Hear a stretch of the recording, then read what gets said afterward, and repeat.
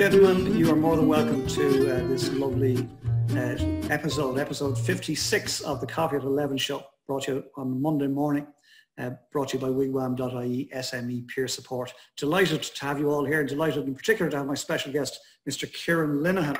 I'm going to ask to say hello and to show us your coffee mug. Cheers with your coffee mug, please, Kieran. Well, I've brought you, the first thing is the branding. Very important. Never ever miss an opportunity. But I felt I had to show this one. I don't know if you can see that. My 21st birthday in lockdown. I thought that was so apt. Our eldest was 21 last month. So it was a very, very muted little birthday party in our house that night. He still claims he's going to have a big celebration when this is all over. But I thought I'd have to show that one off. Wonderful, and we wish him a very happy birthday. Well done. That's the first Bula bus of the show. Congratulations. That's great, Kieran. Ladies and gentlemen, let me just tell you a little bit about Kieran before we bring the man himself in, and we'll hear from him in his own words. So, Kieran Linehan, founder and MD of Ayrton Group. What does your business do, Kieran? Essentially three things: safety training, safety advisory consultancy, and staff placement, all to do with the safety industry. How long established? 1993, 27 years, my goodness. How many employees? 170. Between part and full-time, the equivalent of 120 full-time wages and salaries. That's some bill. Well done, you. And then prior to that, Kieran graduated as a nurse in 1991, has a safety diploma from UCC in 1993, and then a master's degree from Loughborough, UK in 2011. Started off in business by accident. I love that. Looking forward to hearing that story in 1993 by simply saying yes to an opportunity. And Kieran, you can fill us in on that yourself. And he says it started the week of the Eurovision in Millstreet. It started that very same time. His mum was his first secretary and receptionist, and apparently she's never been paid for the gig. And she's not even looking for the pay anymore, Kieran. She's looking for the interest. Right? So they employ 170 people, which are led by an unbelievable team at Ayrton, headquarters in Newmarket, and training centres and offices in Tallaght, in Dublin, services across Ireland, UK and mainland Europe. And then outside of all of that, Kieran is chairman of the Juvenile Club GAA and vice chair North Cork Division of Cork Juvenile GAA. He's also physio to Milan GAA and Cork Intermediate Hurler since 2005. And he himself has been involved in 14 All-Ireland finals. And for our international guests, that is huge. That is huge, right? And then something nobody knows about you. He sold yo-yo strings to his first year pals in secondary school, made from string from my dad's toolbox. Yo-yo strings, yo-yo strings. Right, Kieran Linehan, you're very welcome. In your own words, please, Kieran, bring us back to those early years and bring us up on a journey. Thank you. Colm, looking at the age profiles, there's probably a few people here who don't know what a yo-yo is. It's a little piece of a toy that was out and about in the early 80s. It made a comeback again a while afterwards. But that was probably my first sales event back about 1982 or 83, when I found some string in my dad's toolbox and started selling it at 10 pence per each piece to the other kids in the school, because you just couldn't buy them in the shops. So you'd have to buy a new yo-yo for about £1.50 at the time. So it was a lot cheaper to buy them from me. I probably sold no more than about £2 worth, but it was still something. So that was back in the early 80s. I wanted, at the end of leaving cert, I wanted to be a national teacher, but I didn't get my honour in Irish back in those days. And there's someone else, yep, Colm put his thumb up. We've had this discussion. He wanted the same thing in the past, but I didn't get my honour in Irish. So I was repeating my leaving cert and not going very well. And I applied for virtually everything that was out there, including nursing. And lo and behold, on the 29th, leap year day, the 29th of February of 88, I started off in what was the regional hospital in Cork with zero interest, managed to scrape through, and had no idea what life would hold by 1991. But along the way, I was a student trade union rep. And along the way, I was sent to a conference in Waterford in 1989. And something resonated with one speaker. He spoke about a new act that had just been launched that week called the Safety, Health and Welfare at Work Act. It's okay, it sounded interesting. Most people would think, oh, safety, that's dull and boring. But on the way home that evening, some speaker on radio, on RTE News, also spoke about the same thing. So this was twice on the same day. And that stuck with me. So immediately after graduating in nursing, I commenced a part-time diploma in UCC on that subject. And that was the start. So I was just about to do my finals. I left straight after nursing. I left because I didn't have the interest to stay there. I didn't know what way to turn or what I wanted. But I left in 91. After a year out of nursing, realized I got to get back at this because I need a postgrad experience, and my CV was worthless.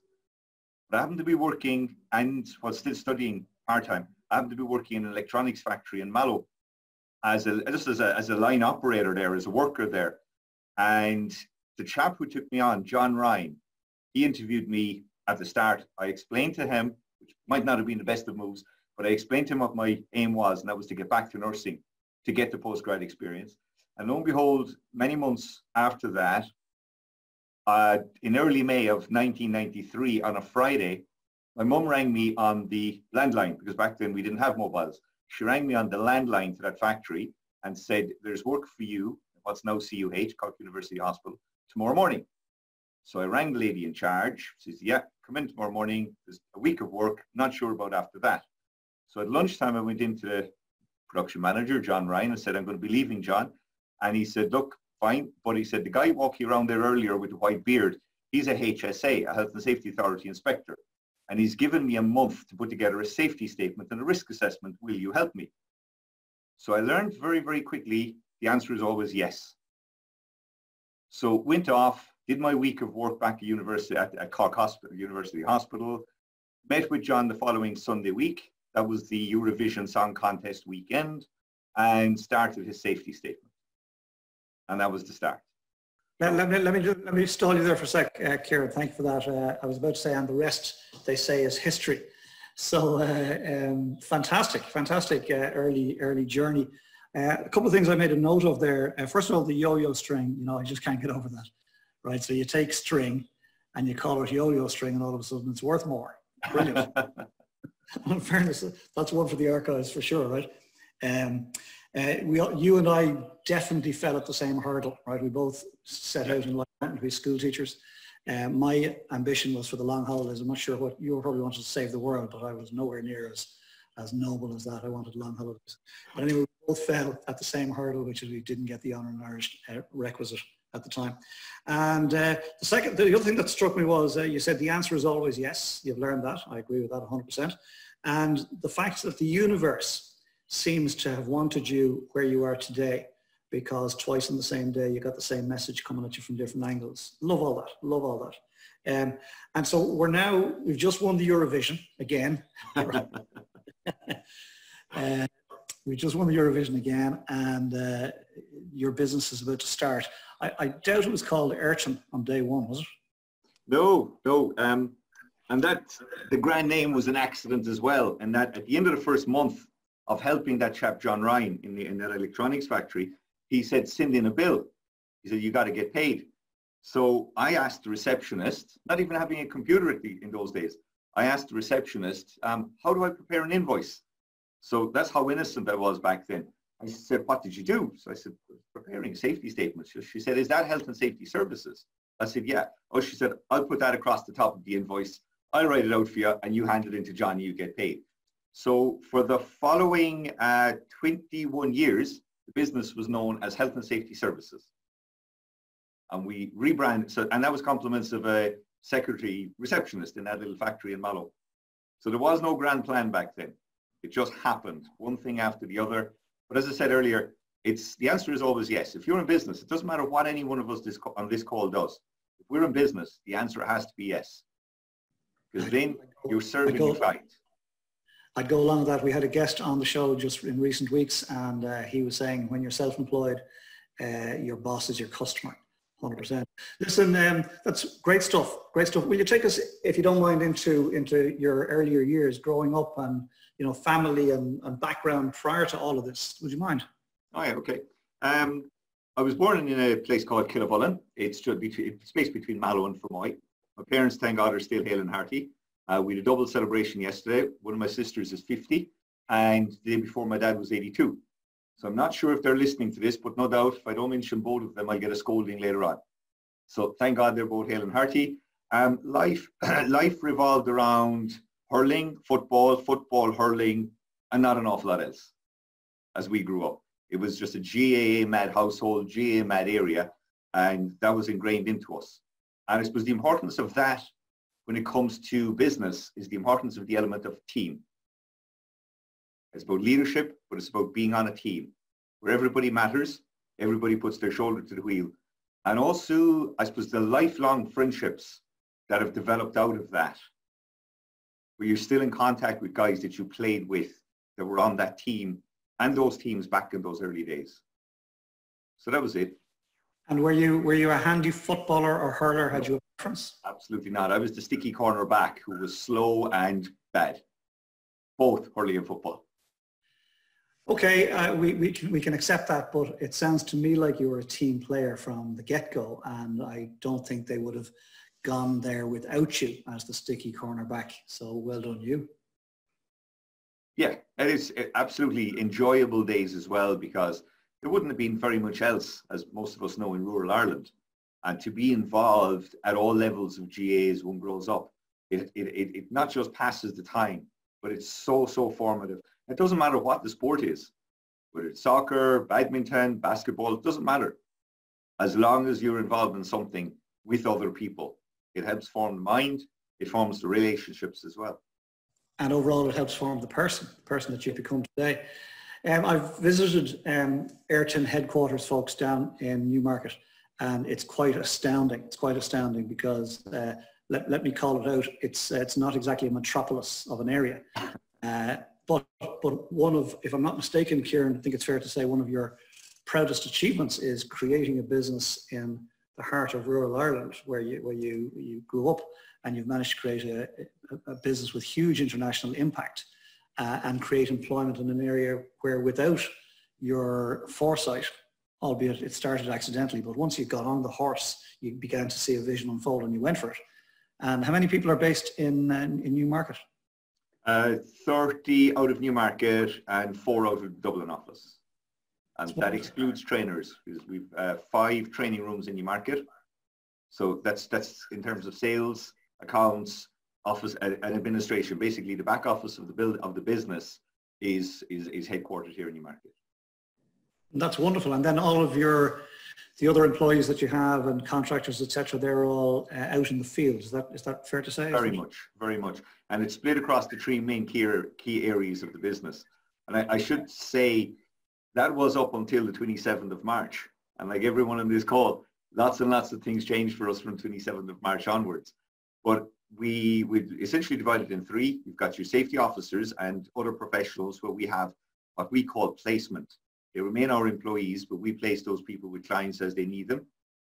One client, we have one of our lads with the last 8 years. And so there's some very long-term relationships there. And in other cases, it might be just holiday cover. If you want somebody to cover for 2 or 3 weeks or even 1 week, we'll supply the person to you. After that, it's training. So in a given year, we trained close on 20,000 people last year across all sectors of safety. We're registered with QQI, we're registered with Solus for heavy plant and machinery training. And that's one of the lucky things from Newmarket. We've got 10 acres of outdoor area as well for quad bikes, excavators, teleporters, and so on. So that makes it a little bit more exciting than just your dull and drab sitting in a classroom all day. And Kieran, did you say you trained 20,000 people last year?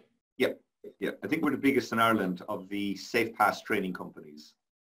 Bull of bus, my friend. That's fantastic. And you see, one of the great things about the work you guys do is you're basically keeping people safe. You're saving lives, dare I say it, at its most vulgar, for want of a term, forgive the word. But, you know, the reality is if people aren't properly trained in safety around whatever field they operate within, it can be very dangerous. Yeah, and again, by accident, and as you said, how the universe contrives, if you go back to the nursing days, that 3.5 years in Cork University Hospital, I hadn't a clue what I wanted long term. But the safety element did click. And that pinched me one day. And out of that, I suppose that's where I began to want to save the world, as you mentioned earlier, Colm. And that led to the safety element. And again, by accident, I worked in the burns unit there for a year. for 3 years when I went back. And that was very heavily linked with industry and the commercial activities. So you see all of this going on and you say, how can we improve that? So slowly, the jigsaw started to piece together. Now at that stage, I didn't know I was fixing a jigsaw together, but it started to happen. Lovely stuff, lovely stuff. And it's very honourable, genuinely. And I do love when we can only join the dots looking backwards, which is amazing, right? But when you do look back, as you've just done there on your journey, and you see, you know, that those early days in nursing, and then 3 years in the burns unit, and, you know, you began to have empathy empathy began to form in you for people who are seriously ill. And then you flip forward and you can actually do something about preventing some of these accidents. So it's wonderful. I love the fact that you've got all these different modalities. It's all around health and safety, but, you know, you're teaching outdoor, indoor, at height, etc. One of the most intriguing things you told me about before is that it's important for when we arrive at roadworks, as we all do regularly, there's somebody sometimes standing at one end with a sign, stop, go sign, and somebody at the far end. And that in itself requires training. Is that right? Correct. That's the statutory training course with the last 10 years. 12 started in 08 under Solus. And we've provided huge numbers of training on that and continue to do so every year. And out of that was born another accidental add-on business, as you call it, a bolt-on business, that we now provide the crews and the signs and cones to customers. So we have a different department running that. So we try to break the business down into what's essentially 3 key elements, and that's our 4th. So it goes back, when somebody asks, it occurred accidentally. A local farmer asked, could he have a loan of signs? He was cutting trees about 9-10 years ago. So the answer was yes. So the next question from him was, will you do the traffic management plan, because the council have that as a request? The answer was yes. And the third question came about 2 weeks later. Can you send me somebody who's qualified to put out the cones? The answer was yes. And we started an accidental business out of that. You know what, Princess Shelley, we have the strap line for today's show. The answer is yes. It's very simple. The answer is yes. Brilliant, brilliant stuff. Eamon has already made a note of that. Really great stuff, great stuff. But, you know, you see, as lay people, we don't see that. We arrive at some roadworks and we just see fellas and girls turning signs, right? We don't realize that they've actually had to have been trained in everything to do with that, to keep themselves and ourselves and the workers safe. Wonderful stuff. Listen, so things were going swimmingly. Every angle of Ayrton was going swimmingly. Every avenue, until along with the rest of the world, you hit a wall. What's it like now, Kieran? We're currently heading for the same turnover as last year. So we had almost 0 for the first 2 weeks of shutdown, which was 2 weeks prior to Easter. And we had lots of arguments. The shutdown started for us on the day the colleges closed and the schools closed. Sorry, the negatives started. That was back on the 12th of March. So we immediately split our management team of 10 into 2 groups. 5 of them were sent for the hills, and the other 5 of us remained in the office. And we made a simple rule. We were not going to, the 2 in the different groups, 5 each in different groups, were not going to engage with each other. So we were not going to have a management team that couldn't continue to run the business. So the 5 that were sent for the hills have not been in any of our 2 offices since March 13th. And that's worked well because it immediately forced us to get on Zoom and look at the other service providers as well, to get on Zoom and start working. So lockdown didn't come for 2 weeks after that. So we already had 2 weeks of practice amongst all the problems that went with that before the 27th of March. So we learned a lot in that fortnight period about how we could work away from home, how we could work away from the office, who should, who could, who couldn't, who had good broadband, what rural broadband is not around Ireland, and so on. And that was a great learning.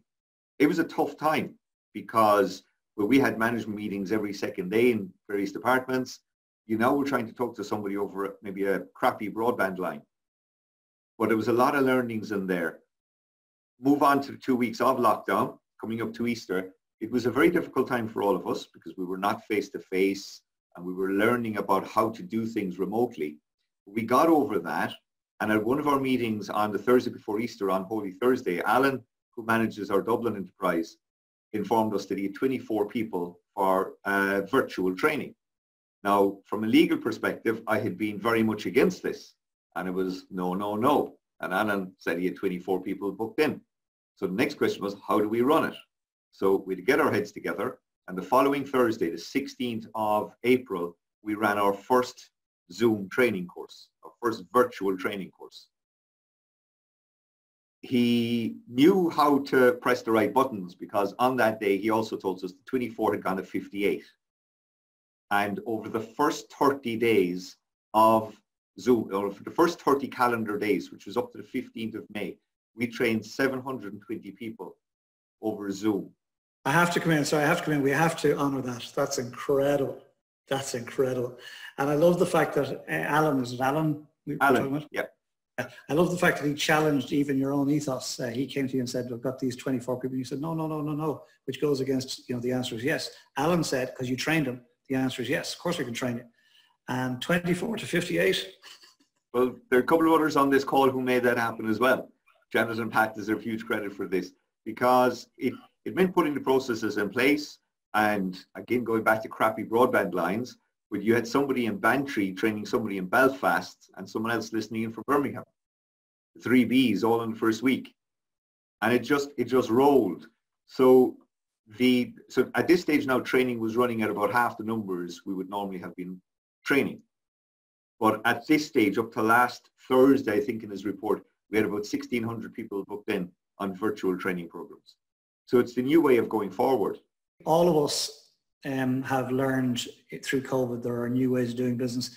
And, I've met loads of people on the show who wouldn't have risked upsetting the apple cart of their traditional business by trialing something like Zoom training, because the belly-to-belly stuff has always worked. Why would we go anywhere else? Now that we've been forced into it, we see that it works, and it's it's a very good alternative in lots of cases. And therefore, I don't think we'll all rush back to go belly-to-belly 100% into the future. Is that a fair statement? Well, would you believe we've got 20 face-to-face classes this week? So, and that's a new phrase as well, face-to-face. Before, it was just training. But now we're back. We started last Friday fortnight in the Dublin office with just 4 people. That normally would be an 8-person course, that training program. But we decided to start off with half the numbers on each one of these programs, to learn about what we need to do and to react to what we need to do, so as to help prevent any possibility of spreading COVID-19. And I want to emphasize maybe later, that's the first time that I've mentioned COVID on this chat. And there's a reason for that. So it's been a huge learning curve, and other aspects of the business as well have moved forward, in that with each one of the government movements, back on the 2nd of May with the protocol that was issued, on the 9th of May with new return to work safely documentation that was issued. They issued those on Saturdays, which meant that on Saturday we had to start reading and learning, and on the Sundays we had to start putting together new documentation. A, for Ayrton, for our own teams, and B, to sell. So by the Monday mornings, we had a new product on each one of those 2 weekends to sell, because we couldn't, if we wait for our customers, well, we'd be dead. Somebody else will take over. So we're either leading or being led, and we don't want to be led by anybody. You're clearly leading, Kieran Linehan. Yeah, I see Sarah Ward there started the Bula bus. She's all excited about what's going on and what she's hearing. And so I am too. It's fantastic. Absolutely wonderful. You're definitely leaders and leading the field down there. And I'm glad that you honoured your team there, because I see some of them on the call here, and you're very hugely. And I've met most of them, so it's lovely. A couple of things. I just want to clarify something, if I may. You said as soon as it hit back in the day, you split the management team of 10 in 2, and you sent 5 for the hills. Now, the layman in me thought he's after dropping 5 out, but that's where my head went, right? But then you went on to clarify. I want to clarify with you. Am I right in saying so? It was in case somebody got ill in one group that you had the other groups still functioning, is that? Absolutely. It meant we were no longer engaging with each other face to face. So two girls living in Newmarket, only 3 miles from the office, were sent home and said, set up, get ready, laptops at home, fix up the sitting room, lock the door and lock yourself in there. And that's where we've had our meetings from since, so that we didn't have the potential of spreading the virus amongst ourselves. Because then there were 5 who could run the business if the other 5 got sick, and so on. And that worked. That meant we had 2 weeks ahead of most other businesses who suddenly woke up on Monday the 30th and realized, what am I going to do today? Well done, you, my friend. That's just fantastic. Fantastic. It's wonderful foresight. One of the things I admire about you, Kieran, is, you know, you see opportunity and you take action. And I was reminded of there's a Netflix series called Designated Survivor, and it's basically where, so that's where I was reminded of, right? Yeah. Basically where some member of the American administration is left out of all the meetings. God forbid something was to go terribly wrong. But, you know, essentially that's what you've done. Brilliant stuff. Absolutely fantastic. And as you say, you ended up 2 weeks ahead of the curve. 2 weeks ahead of the curve. Vital. Actually, I've got an idea for you, if I may. I'm right. You heard it here first. You heard it here first, right? We can talk terms afterwards, right? On the premise that the answer is always yes. Rural broadband is a problem and an opportunity. And I wonder, I'm just putting it out there, right? Just putting it out there to Ayrton. Fixers that you are, I leave it hang at that. Okay, listen, very exciting, Kieran. Kieran, it's a pleasure having you on. So tell us what life is going to be like post-COVID now. The veil has started to lift today, people are back in shops, etc. What's going to happen? Okay, well, one thing that I heard, and we've tried to do lots of Zoom meetings and webinars, and we decided at the very, very start of this, we would attend as much, obviously free, as much stuff that's going out there as possible, delivered by our body as professionals is called IOSH. It's an English organization that we're all signed up to. They run weekly webinars on what's happening across the globe, but so are many other organizations. So we decided we'd listen in on as many of those as possible. And one thing that I heard maybe about 3 weeks ago, and I thought it sat very, very well with me. The present will pass, so look to the future. We're in COVID-19. It's a massive, massive distraction. It has gripped us with fear for the last probably 14 to 15 weeks, probably since the end of February. It's gripped the world with fear. And it's subsumed us into that fear because we've left it. So we haven't had the control that we've had over our lives or our own worlds. We've allowed something external to take control. But it's going to pass. We may not have time to wait for a vaccine, but it will pass. So let's take control of that again ourselves and get back on the field and get back playing and get back to work. And that's for everybody on the call, regardless of whether we're working on our own, whether we're working from the kitchen table, or whether we're working in an office or out in a building site. But let's get back into that game. Let's get back in the field. Let's get back in the horse, because the present will pass. So look to the future. Beautiful. And I see Tim Kelly started the Bull Bus there from the Midlands on that one. Present will pass. So let's look to the future. Great stuff. Kieran, I'm really loving this. I'm loving the fact that this little show in our little cafe has attracted an international audience, but most importantly, it's attracted great people like you who come in and share your perspective, because we all learn from that. We all learn from everybody else's perspective. So just wonderful stuff. We are going to go to Q&A from the floor in just a moment. But before we do, Kieran, I ask every guest for one tip. Can I ask you, please, what one tip would you give to your nearest and dearest? You'd get through COVID, come out the far side in best shape by doing blah. What's the blah for Kieran Linehan, please? I could probably give you 3 or 4. I'll give you my last one at the end. The first thing is go easy on ourselves. Stop beating ourselves up. This will pass. Celebrate every little victory. And that might be just getting from one side of the day to the other. Or it might be a new contract. For me, every victory is valued from 10 euros upwards. It doesn't have to be 100 grand. When somebody rings me personally and says, I want Safe Pass, or I want a manual handling course, that's as good to make that sale, because that's what I started at. It's as good to make that sale. It's the kick that keeps one going. Do the homework, do your research.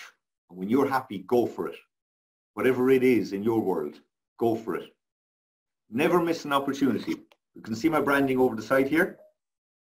Matthew, our marketeer, who's with us since 2006, is not on the call, but never miss the opportunity. Put that card in somebody's hand. Get that email out to them.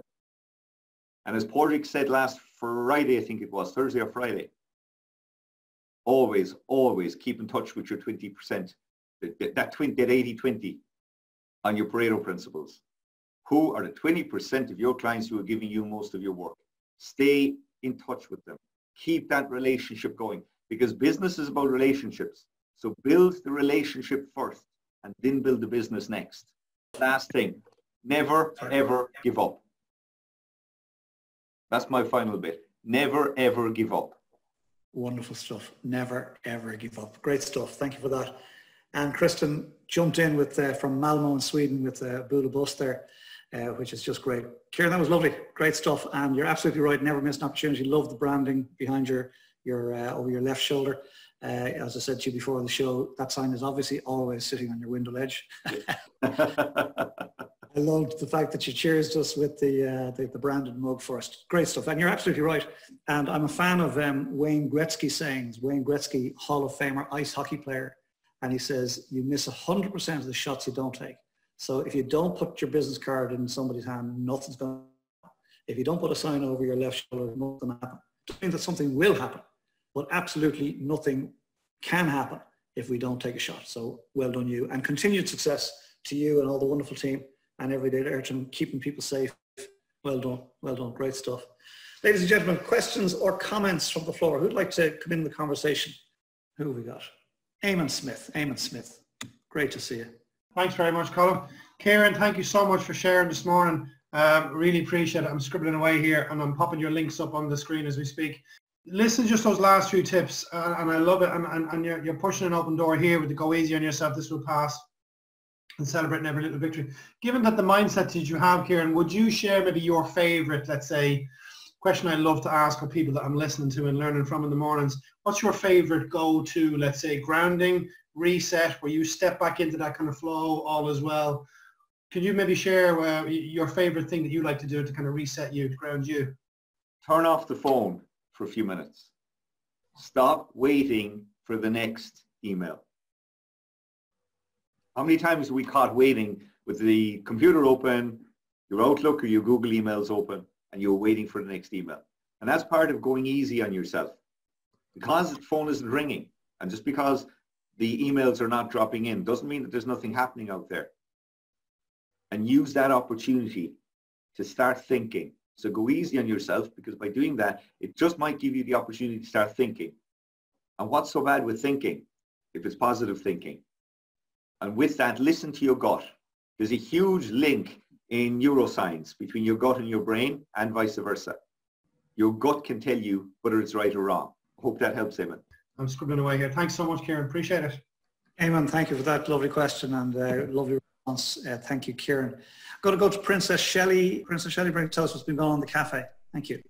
Some lovely comments there, Kieran. Thank you so much. So much there. So many notes taken. And I can see everybody, there was lots of nodding going on in the cafe. So first of all, Christine Duff is here with us. She's at tomorrow's guest, I believe. And Christine was the first to pop in a comment. Christine said, Kieran, I remember the hospital in Cork when it was called the Regional, and the roundabout across from it with the big blue statue plunked in the middle of it. Great to hear a fellow Corkonian. So appreciating the roots there. So yes, so then we have Anne Kristen. I saw Anne nodding away actually, Kieran, when we were talking about safety. And I mean, you know, in my work, we talk a lot about lead measures and lag measures. And, you know, safety training can often be seen as like a bureaucratic, something that needs to be done, but you never know how many lives you've saved. You don't get the lag of that. You've saved so many lives, and you're out there preventing problems that you never get to measure it later on. So, and I saw Anne Kristen, who is working on the front line, that she is nodding away and appreciating the work that you've done. So Anne mentioned, it's clear that your skills for preventing and minimizing possible damages is integrated in all you do. As a nurse, prevention and staying healthy is one of the most important things. I love to hear your story and your strategies. Thank you. Isn't that a lovely comment, Kieran? Thank you very much. Lovely. Thank you. Thanks for that, Anne Kristen. I love to read your comments. And then Kathy Mara, who's joining us from New Hampshire, if I remember correctly, in United States. Thank you for joining us, Kathy. Feel free to give everybody a wave. Kathy is saying, thank you for taking your time to share your story. Safety is so important. Love your phrase. The answer is always yes. Team matters and friendships are for life from your sports days. I will borrow this for my Zoom meeting with the cross-country runners that I coach in the States. So there's a phrase there about the ripples, isn't there? Your ripples are all what you're saying today is going a long way, which is great. And then just to finish up, Eamon mentioned that in alluding with Colm on the rural broadband, that he can relate to the problems there that occur, and there's definitely a huge potential for yes. And he's also popped in all the links there for Ayrton and the Facebook group and LinkedIn. So feel free, guys, to click on those hyperlinks, and you can access Kieran that way. So thank you all so much for your lovely comments. We love having that part of the show. And I think it's with this point that I can hand you back over to the capable hands of Mr. O'Brien. Kieran, thank you. Thank you. That was lovely. That was lovely. It's one of my favourite parts of the show, dare I say it, where I get to sit back, kick back and have a listen to what's been going on in the cafe, because believe it or not, folks, I'm actually working doing this, right? I'm in the zone. And so it's just lovely to hear what's going on. And, you know, Shelley spoke about it there, Kieran. There's your words have a ripple effect, the work you do. And Kristen is a nurse in Malmo, and she's honouring you and your work in preventing accidents. And Shelley correctly deduced, you'll never know how many lives you've saved. So well done. Keep up the wonderful, wonderful work. Yeah. Sarah Ward, would you like to come in and say a quick hello to our guest? Kieran, it's fabulous the work you do. Yes, it's lovely to meet you. Safety comes first is always my expression, going, you know, even with the kids, like my kid, I'd say, we're not driving anywhere unless you fasten up first. So the work you do is very important, and I'm sure you've saved loads of lives. So well done. Lovely, lovely. Thank you. And some of the comments that Shelley mentioned as well, it's very easy to get lost up in the humdrum of running a business and setting our own targets and pushing ourselves to the limit. Because for 4 years, we grew at the rate of 40% per annum from 2013 up to 2017. So the business has grown fourfold. I never mentioned 2008 had been our best turnover year, and 2009, our turnover halved. So we went from about 40 staff down to about 15 or 16 in literally the space of 3 months after Lehman Brothers, etc., back in 08. And by 2010, we couldn't afford to pay for mortgages on buildings and loans, etc. We'd go back to our banks and restart everything and kickstart everything again. So it was a huge learning curve. So now we are where we are because of the huge team effort that's here. But there's a phrase that comes out and it comes up from time to time. If you love what you do, you'll never work a day in your life. Yeah, I love that one. Yeah, yeah. Very good. So there's lots of ups and downs, but it's always about tomorrow. It's always about there's going to be something better. We don't look at it as prevention. We look at it, this is what we do because this is what we absolutely love to do. You've got Janet, you've got Pat on the call, but you also have my real boss on the call. She's after turning off her camera there earlier, but I better mention Mrs. Linehan or I'll be shocked. Yes, yes. Sarah Ward, thank you for that lovely interaction. That was just gorgeous. Thank you, Sarah. It's always a pleasure having you in the cafe. Sarah's one of our most regular attendees in the cafe, and she's always first in. She's keeping on my toes, make sure I pull up the shutters on time. Thanks, Sarah. Have a great week. Kieran, that was lovely. That's a lovely interaction, you know, and lovely that you again honour your team and your good lady wife, of course, for all the support. It's clear, it's very obvious to us. I'm delighted to hear you even comment on the fact that speaking out your truth on behalf of the company and hearing the comments back from other people, you know, I'm hoping that that will add to the momentum, you know, that you'll realise the really good work you're doing. The other part that I think is important in the Coffee at 11 show is that we have people coming in. So it's all very well you coming in here and me introducing you of 170 staff, 120 full-time equivalents and all the rest. That's very impressive. Right, so I'm sort of glad we touched on that it almost fell apart in those years, because let's not have people live under the illusion that you start a business and it goes swimmingly. Absolutely not. No. There are challenges at every door. There are challenges every morning. But as I said earlier, let's go easy on ourselves. Let's not beat ourselves up over the positives and the negatives. Yeah, we went into some very, very dark days and very difficult times back in 2009 and 10. But the important thing was, having had the Celtic Tiger, and lots of us are young and old enough to have lived through that, having had the Celtic Tiger and all the ups that there was and then the sudden downs, I think it makes you far, far less frivolous and more appreciating of where we are now and pre-COVID days and post-COVID days, and that there will be a turning in the road on this, and there will be more weekends like we had last weekend and the glorious sunshine we had. And they're the days to celebrate. Lovely, beautiful, beautiful. Kieran Linehan, absolute pleasure having you on the Coffee at 11 show. Thank you for taking the time. And to you, Colm, and the team, huge thanks. It's an absolute honour to be here. But for the work you've been doing for the last few years with the Coffee with Colm on Sundays is fantastic. And for the last, 56 days, huge benefit, huge kudos to the effort that you put into it. That's very kind of you. Thank you indeed, Kieran. Yeah, the Coffee at 11 show was born out of COVID, because I thank you for mentioning I've been doing this Coffee at 11 thing every Sunday for the last number of years, and I realised in lockdown I wouldn't be getting the inspiration that I normally get, which is where the Coffee with Colm topics come from. I'm out in the marketplace bumping into great people and hearing snippets and crafting a thought around some snippet or other. And I realised the last thing that the audience needs is to hear me banging on every Sunday about what I didn't learn this week because of the lockdown. So I decided to reach out, and it's just become this wonderful privilege to host it. And of course, this wonderful team, Princess Shelley, Eamon Smith, Katrina O'Brien, rocked up and said, how can we help? And then we've got this beautiful audience of regulars and new faces that come in and make it just very special. So thank you for those words. And but once again, Kieran Linehan, thank you for being our guest today. Lovely way to start the week. We wish you continued success in Ayrton, and looking forward to Ayrton broadband. We try. And as Yoda says, there is no try, Luke Skywalker, there is no try. Do or do not, there is no try. Right, on that note, it's been a pleasure. Listen, let me tell you what's going to happen in the cafe tomorrow on the Coffee at 11 show. And Christine Duff, who we met just before the show, is joining us. 33-year-old independent mother of two, with a backstory that you won't believe and a philosophy on life that you just love.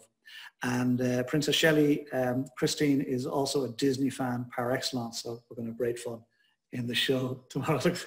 It's all kicked off already. So Christine, we're so looking forward to having you in the cafe tomorrow. Thank you for that. I want to thank Princess Shelley, as ever, for producing today's show, and we got the heart. Eamon Smith, the monk, for keeping us safe and sound and giving us that mindful moment. And of course, the lovely Katrina O'Brien, who can't be with us today, but makes this all beautiful. In the evening, we'll have the replay out later tonight. I want to thank wigwam.ie for their continued support. Kieran Linehan, namaste. And to you, Colm, and the team, huge thanks.